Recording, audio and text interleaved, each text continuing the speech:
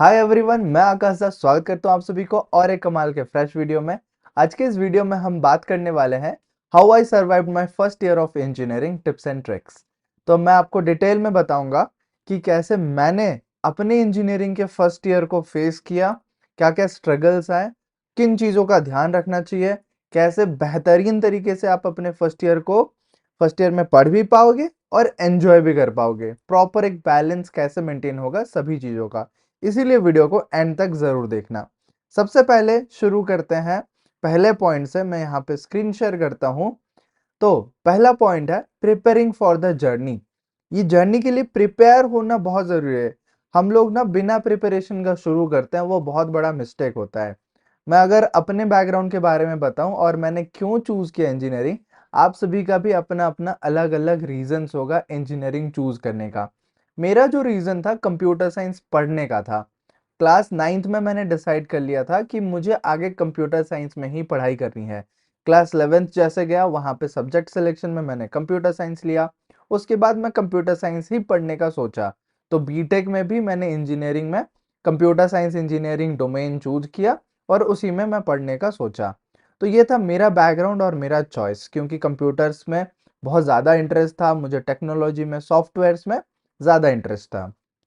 और यहाँ पे एजुकेशन प्रिपरेशन से बहुत ज़्यादा इंपॉर्टेंट होता है मेंटल प्रिपरेशन, क्योंकि अगर मेंटली आप लोग रेडी नहीं होंगे तो इंजीनियरिंग आपको टफ लगने लगेगा। तो मेंटली प्रिपेयर हो जाओ कि इंजीनियरिंग आपको करना है, जिस भी डोमेन में आप सोच रहे हो। मेरा तो कंप्यूटर साइंस इंजीनियरिंग था। आपका कोई भी डोमेन हो उसमें आपका इंटरेस्ट होना चाहिए, और इंटरेस्ट के साथ साथ मेंटल प्रिपरेशन कि आप 4 साल अच्छे से पढ़ने वाले हो, आगे जाके उसी फील्ड में आप जॉब करोगे। ये होता है पहला पॉइंट। नेक्स्ट पॉइंट की अगर बात करें, टाइम मैनेजमेंट एंड ऑर्गेनाइजेशन। इसमें सब पॉइंट आता है इंपॉर्टेंस ऑफ टाइम मैनेजमेंट। जितना भी खेल है ना इंजीनियरिंग का, ये सारा है टाइम मैनेजमेंट को लेके। मैं ये इसीलिए बता रहा हूँ क्योंकि इतने सारे चीजें होंगे आपको इंजीनियरिंग में। आप ना अगर टाइम मैनेज नहीं कर पाओगे, एक चीज में फंसे रह जाओगे। बस एकेडमिक्स तो बस एकेडमिक्स ही फोकस करोगे, बट अगर को करिकुलर तो बस को करिकुलर करोगे। ऐसे नहीं होता है। यहाँ पे आपको प्रॉपर बैलेंस मेंटेन करना पड़ेगा। आप इसको भी टाइम दे रहे हो, उसको भी टाइम दे रहे हो।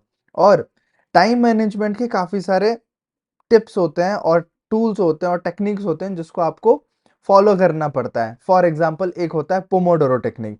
आप कोई काम कर रहे हो, 25 मिनट तक उसको कंटिन्यूस करो, उसके बाद 5 मिनट का ब्रेक लो। तो ऐसे ऐसे करके आप पोमोडोरो टेक्निक फॉलो कर सकते हो। स्टडी में भी आप कर रहे हो तो 25 मिनट तक पढ़ो, 5 मिनट का ब्रेक लो, फिर बीच में कोई डिस्ट्रैक्शन आता है तो एक पेपर में लिख लो। ऐसे करते करते आप डिस्ट्रैक्शंस को अवॉइड कर पाओगे। और भी काफी सारे टाइम मैनेजमेंट के टेक्निक्स होते हैं, जैसे टाइम ब्लॉकिंग टेक्निक हो गया। और स्टडी के भी काफी सारे टेक्निक्स होते हैं और शेड्यूल होते हैं। और इसको बैलेंस करना, मेंटेन करना और सीखना बहुत इंपॉर्टेंट है। स्टार्टिंग में किसी को पता नहीं होता, मुझे भी पता नहीं था, बट धीरे धीरे जाके मुझे पता चला कि स्टडी के भी टेक्निक्स होते हैं। उसको स्केड्यूल बना के अच्छे से पढ़ोगे तो आप अच्छे से ग्रास्प कर पाओगे, मतलब कम टाइम में ज्यादा चीज आप अचीव कर पाओगे। It is all about study technique. For example आप फ्लैश कार्ड यूज करके पढ़ सकते हो, है ना। और आप बोल सकते हो कि ऐसे आप लिख लिख के पढ़ सकते हो, आप रिवाइज कर सकते हो, आप माइंड मैप्स बना के पढ़ सकते हो। ये सारे टेक्निक्स है, इसको आप फॉलो करोगे तो it will help you in the long run. Okay, आगे चलते हैं। स्टडी टेक्निक्स की मैं अभी जो बात कर रहा था, यहाँ पे आता है कि एक्टिव लर्निंग का। तो एक्टिव लर्निंग में आप फ्लैश कार्ड बना लिए, माइंड मैप्स बना लिए, या फिर आप अपने दोस्तों से बोल लिए कि आपको वो सवाल पूछे, आप लिख के कर रहे हो। बहुत सारे टेक्निक्स होता है, उसमें से है एक्टिव लर्निंग। पढ़ाई के दौरान आप कोई और काम नहीं कर रहे हो, बस पढ़ाई कर रहे हो। ऐसा नहीं कि काफी लोग को ऐसा पसंद होता है कि वो म्यूजिक सुने, स्टडी म्यूजिक हो या कोई गाना हो, सॉफ्ट म्यूजिक हो, फिर पढ़ाई करें। मैं नहीं मानता हूँ कि म्यूजिक पढ़ के आप ऐसे अच्छे से पढ़ सकते हो। आपको पढ़ाई अगर डेडिकेटेड तरीके से करनी है तो फिर आप सारे डिस्ट्रैक्शन को अवॉइड करके पूरा नॉइस फ्री एनवायरनमेंट में बैठ के आप पढ़ सकते हो। लाइब्रेरी में पढ़ सकते हो, अगर आप रूम में पढ़ रहे हो तो फिर आप आसानी से सारे डिस्ट्रैक्शन को अवॉइड करके पढ़ो। और एक होता है कॉन्सेप्चुअल अंडरस्टैंडिंग। स्टडी में आप ऐसा मत सोचो कि सभी चीज आप रट लोगे, मेमोराइज कर लोगे तो वो आपके लिए स्टडीज हो गया। Not at all.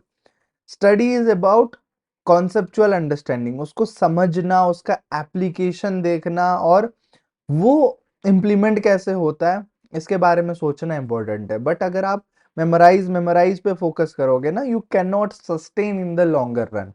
So it is very important to understand the concepts. Okay, now let us move ahead. Finding a support system. Support system का मतलब ये होता है कि आप इंजीनियरिंग को छोटे टाइम पीरियड का गेम मत सोचो, it is a bigger game, it is a longer game. तो ये गेम में सस्टेन करने के लिए आपको फ्रेंड्स का और फैमिली का सपोर्ट चाहिए होगा। अगर आपने कोई दूसरा ब्रांच लिया जिसमें आपके फ्रेंड्स अच्छे नहीं है या फिर पेरेंट्स सपोर्ट नहीं कर रहे हैं, तो फिर आप कहीं ना कहीं जाके टूट जाओगे। सो इट इज वेरी इंपॉर्टेंट कि आप अच्छे फ्रेंड बनाओ जो कि आपको पढ़ाई में मदद करे। साथ में पेरेंट्स का भी रेगुलर सपोर्ट होना पड़ेगा। यहाँ पे पेरेंट्स का रेगुलर सपोर्ट रहेगा तो फिर आप लॉन्गर रन में सस्टेन कर पाओगे और वो आपको मोटिवेट करेंगे, वो आपको पुश करेंगे, वो आपको जॉब ऑफर्स ला के देंगे, वो आपको सर्च करेंगे और फी पेमेंट भी हो जाएगा टाइमली। और वो भी खुद अपने तरफ से ढूंढते रहेंगे अपॉर्चुनिटीज क्या है इस फील्ड में। तो पेरेंट्स का सपोर्ट रहना बहुत जरूरी है। Next is about building relationships. It is not about कि आप कोई ऑपोजिट जेंडर के साथ ऐसे पार्टनर वाला रिलेशनशिप बिल्ड कर रहे हो, but it is about friendship में रिलेशनशिप अच्छा बिल्ड करना। लाइक नोट्स प्रोवाइड करना या किसी और से नोट्स लेना। आजकल के फ्रेंड्स बहुत ज्यादा सेल्फिश हो गए हैं, वो नोट्स तक छुपा लेते हैं। बट आपको क्या करना है, अच्छे ऐसे दोस्त बनाने जो आपके माइंडसेट के साथ मैच हो, उसके अलावा आपको हेल्प करे, आपको सपोर्ट करे। और होमवर्क नहीं समझ रहा है तो होमवर्क बताए और आप भी उनको हेल्प करो इन रिटर्न। ऐसा नहीं कि बस वही लोग हेल्प कर रहे हैं, आप भी उनको हेल्प करो। ओके, सो ये होना चाहिए role of friends and family and building relationships. Next point की बात करें, स्टेइंग मोटिवेटेड। मैंने जैसे बोला कि ये शॉर्ट गेम नहीं है, ये बहुत लॉन्गर गेम है, सस्टेन्ड गेम है। तो इसमें सस्टेन करने के लिए आपको मोटिवेशन जरूरत पड़ेगा, क्योंकि बीच बीच में आप डीमोटिवेट हो गए। अगर मैं अपना स्टोरी शेयर करूं, बहुत बार, बहुत बार, एक बार नहीं, मल्टीपल टाइम्स मैं डिप्रेशन में गया हूं इंजीनियरिंग के दौरान। फर्स्ट ईयर में भी आया है, रैगिंग एंड ऑल वगैरह होता है और उस वजह से आपका मेंटल स्टेट बिगड़ जाता है। तो मैं बोलूंगा कि अगर आपको मोटिवेटेड रहना है तो मोटिवेशन स्ट्रेटेजीज आपको बनाना पड़ेगा, ढूंढना पड़ेगा। जैसे मुझे ना मोटिवेशनल वीडियोस हेल्प करते थे, भले वो लॉन्ग रन में सस्टेन ना हो। बट एक चीज है ना कि मोटिवेशन वर्सेस इंस्पिरेशन। इंस्पिरेशन होता है कि वो आपके अंदर से आता है। एक बार अंदर से कोई चीज आ गया ना और वो आप सोच रहे हो कि हाँ डीमोटिवेट हो जाओगे, तो वो आपको होने नहीं देगा। वो आपको, आपका जो गोल है, वो आपका विजन है, वो बार बार आपके सामने लाएगा कि आपने इंजीनियरिंग क्यों चूज किया। किसी ने प्रेशर तो नहीं डाला, आप खुद अपने मर्जी से चूज किया हो। तो फिर जो भी चीज होगा वो आप फेस करने के लिए तैयार रहोगे। सो ये है मोटिवेशन स्ट्रेटजीज। ऑब्स्टेकल्स को ओवर करने का टेक्निक ये है, उसको फेस करो।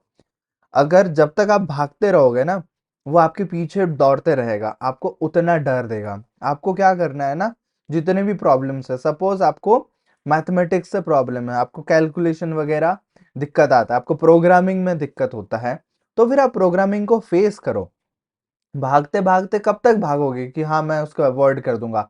अवॉइड करना is not the solution, in fact facing them is the solution. Face करो उसको। प्रॉब्लम हो रहा है, आप जाओ, हेल्प मांगो, स्टूडेंट से हेल्प मांगो, आपके फैकल्टी से हेल्प मांगो, सबसे हेल्प मांगो, तब जाके आप इसको ओवरकम कर पाओगे। नेक्स्ट पॉइंट की अगर बात करें, बैलेंसिंग लाइफ एंड फन। एक फैक्ट बताता हूं मैं आपको। जो लोग कॉलेज लाइफ में, कॉलेज टाइम में अपने स्टडी को और फन एक्टिविटीज को बैलेंस नहीं कर पाते हैं, वो जब जॉब में जाते हैं, कॉर्पोरेट में जाते हैं, वहां पे भी ऐसे ही बन जाते हैं। काम कर रहे हैं तो काम ही कर रहे हैं, उनको टाइम नहीं मिल रहा अपने एक्स्ट्रा करिकुलर एक्टिविटीज पे टाइम देने का। बट मैं बोलूंगा engineering is the best time to explore this things. First year में आप लोग हो, क्लब्स, एक्टिविटीज, एक्स्ट्रा करिकुलर जो एक्टिविटीज होते हैं उसको जाओ, ज्वाइन करो। Music club, dance club, instrument club, sports club, cricket, basketball, volleyball, जो भी आपको पसंद है उसमें जाओ, ज्वाइन करो। पब्लिक स्पीकिंग हो गया, ड्रामेटिक्स हो गया, जितने भी अपॉर्चुनिटीज मिलते हैं उसको एक्सप्लोर करो, पता करो कि आपका इंटरेस्ट किस में है, फिर उसमें काम करना स्टार्ट करो। और इसको एक प्रॉपर बैलेंस होना चाहिए जिसको बोलते हैं work life balance. Work life balance अगर स्टूडेंट लाइफ में ही नहीं होगा ना, जब प्रोफेशनल लाइफ में जाओगे वहां पे दिक्कत होगा। तो आपको टाइम निकालना पड़ेगा। तो टाइम कैसे करेंगे? टाइम मैनेजमेंट टेक्निक्स है। उसके अलावा आपके जो वीकेंड्स होंगे ना, वीकेंड्स को अच्छे से यूटिलाइज करो। अपनी मैं बात करता हूँ यार, मैं वीडियोस अपने एक्सपीरियंस के लिए बनाता हूँ। तो जब मैं खुद इंजीनियरिंग में था, मैं अपने सैटरडे संडे को डिवोट करता था अपने एक्स्ट्रा करिकुलर एक्टिविटीज के लिए, जो कि था वीडियो एडिटिंग, वीडियो रिकॉर्डिंग, बात करना, पब्लिक स्पीकिंग। मैं ट्यूशन भी पढ़ाता था बच्चों को ऑनलाइन, और इनफैक्ट ये मैं रोज करता था। ऐसा भी नहीं होना चाहिए कि बस वीकेंड्स में आप अपनी लाइफ को जियो, हर रोज जियो। मॉर्निंग टाइम में क्लास करो इवनिंग तक, इवनिंग के बाद थोड़ा सा ब्रेक लेके थोड़ा मैं सो जाता था, सो के उठ के मैं वापस ये सारे एक्टिविटीज को शाम में करता था पढ़ाई के साथ साथ। होमवर्क है, होमवर्क खत्म कर लो, कुछ एक्टिविटीज है, उसके बाद मैं वीडियोस बनाता था, मैं ट्यूशन पढ़ाता था। यही सब मैं करता था फर्स्ट ईयर में। सोचो मैं फर्स्ट ईयर से पढ़ाना चालू किया हूँ, इसीलिए आज के डेट में बहुत अच्छा चल रहा है मेरा साइड बिजनेस जो है। जो कोचिंग का है, एडी क्लासेस में मैं पढ़ाता हूँ बच्चों को। वन ऑन वन क्लासेस भी ले रहते हैं लिमिटेड बैच के, रिकॉर्डेड कोर्सेस हैं। So many things I could achieve because मैंने उस टाइम पे शुरू किया था।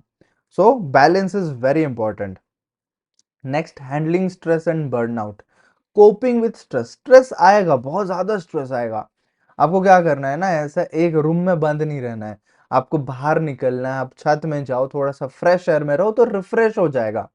आपका माइंड में जितने सारे एक्टिविटीज होंगे, जितने स्ट्रेस होंगे ना, वो सारे रिफ्रेश हो जाएंगे। आप फ्रेंड्स के साथ मिलो, मूवीज देखो। मैं मूवीज देखता था, सीरीज देखता था, एक एक बार में बैठता था, पूरी रात भर सीरीज देख के खत्म करता था।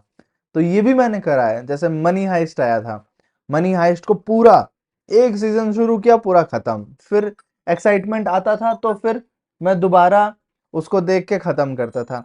ऐसे करते करते यार बहुत कुछ मैं अचीव कर पाया लाइफ में, क्योंकि स्ट्रेस और क्या बोलते हैं उसको, जो एक्टिविटीज है एक प्रॉपर बैलेंस होना पड़ेगा। ठीक है, थोड़ा सा साउंड आ गया, डिस्टरबेंस हो गया, but it's okay. Now next thing is about avoiding burnout. At times लगेगा कि आप बहुत ज्यादा काम कर रहे हो, बर्नआउट फील हो रहा है। वो मुझे भी होता था। वीडियोस बनाते जा रहा हूँ, बनाते जा रहा हूँ, एक टाइम पे लगा कि बहुत वीडियोस बना लिए, अभी आइडियाज नहीं आ रहे हैं। एट दोज टाइम्स ना you have to take break. आपको ब्रेक लेना जरूरी है। मैं ट्रैवल करने चले जाता था, पहाड़ के ऊपर ट्रैकिंग में चले जाता था, या फिर बाहर कहीं मतलब जू चला गया, या फिर कोई नया रेस्टोरेंट में खाना खाने चला गया, एक्सप्लोर करने।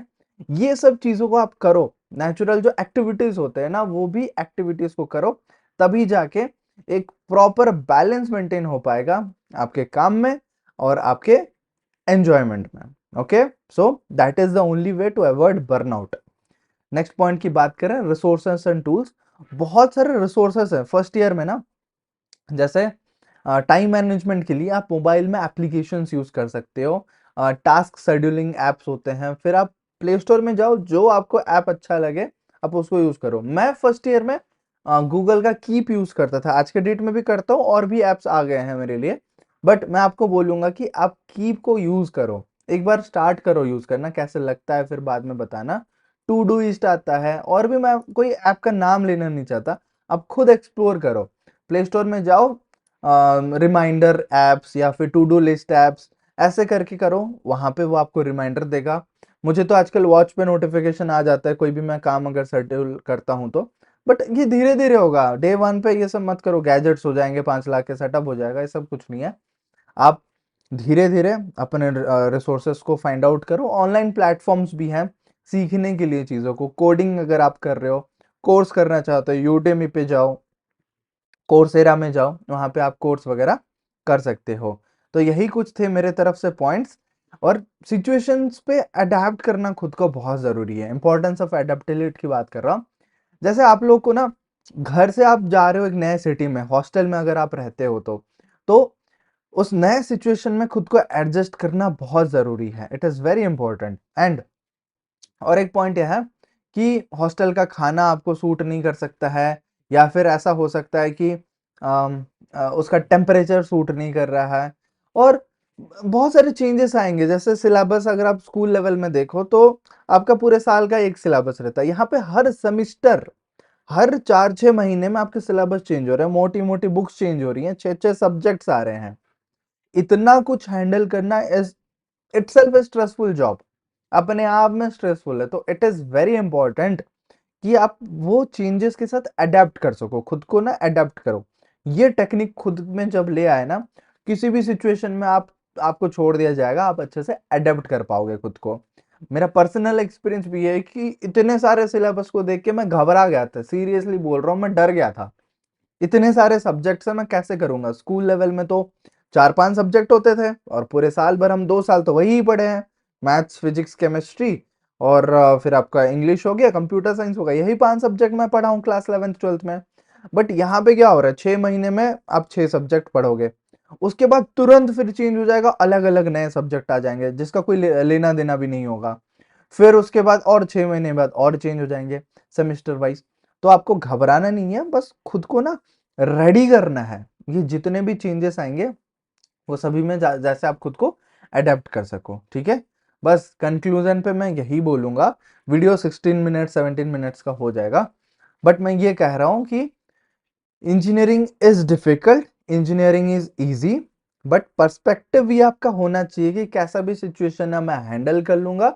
और इंजीनियरिंग मैं खुद अपने चॉइस से सिलेक्ट किया हूं, तो मैं खुद टैकल करूंगा जो भी सिचुएशंस आएंगे। यही माइंडसेट रखोगे तो आप खुद इजीली सरवाइव कर पाओगे इंजीनियरिंग के फर्स्ट ईयर को। यही तो मेरी तरफ से टिप्स एंड टेक्निक्स, जो भी ट्रिक्स था। तो कुछ भी आपको अपने तरफ से ऐड करना है तो कमेंट में बताना। सबसे अच्छा पॉइंट कौन सा लगा वो आप कमेंट में बताना। आप भी क्या ऐसे फेस कर रहे हो जो मैंने बताया अपना एक्सपीरियंस। और फिर हम लोग मिलेंगे अगले वीडियो में। वीडियो को यहाँ तक देख चुके हो, वीडियो अच्छा लगा तो जल्दी से वीडियो को लाइक कर लीजिए। चैनल पे पहली बार हैं तो प्लीज चैनल को सब्सक्राइब कर लीजिए। मिल रहे होंगे अगले वीडियो में, तब तक keep learning, keep exploring and keep smiling. Thank you so much.